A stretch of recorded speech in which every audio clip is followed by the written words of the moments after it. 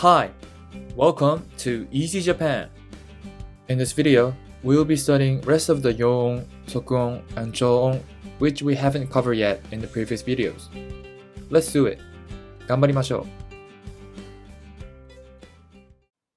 ギャ、ギャグ、牛、牛乳、魚、行列、じゃ、じゃがいも、ジュ、ジュース、女、女性、白、白夜、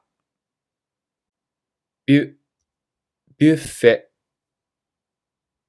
病、病気、100、800、ピュ、コンピューター、ぴょ、発表。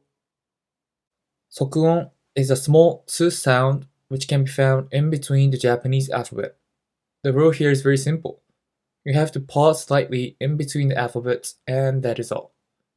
For instance, this can be pronounced as 切って、切って。超音符 indicates that the vowel has to be lengthened. The long bar shows the 超音符. For instance, this can be pronounced as ski, ski. This is all for this video. If you want more lessons like this, please make sure to hit the like button and subscribe.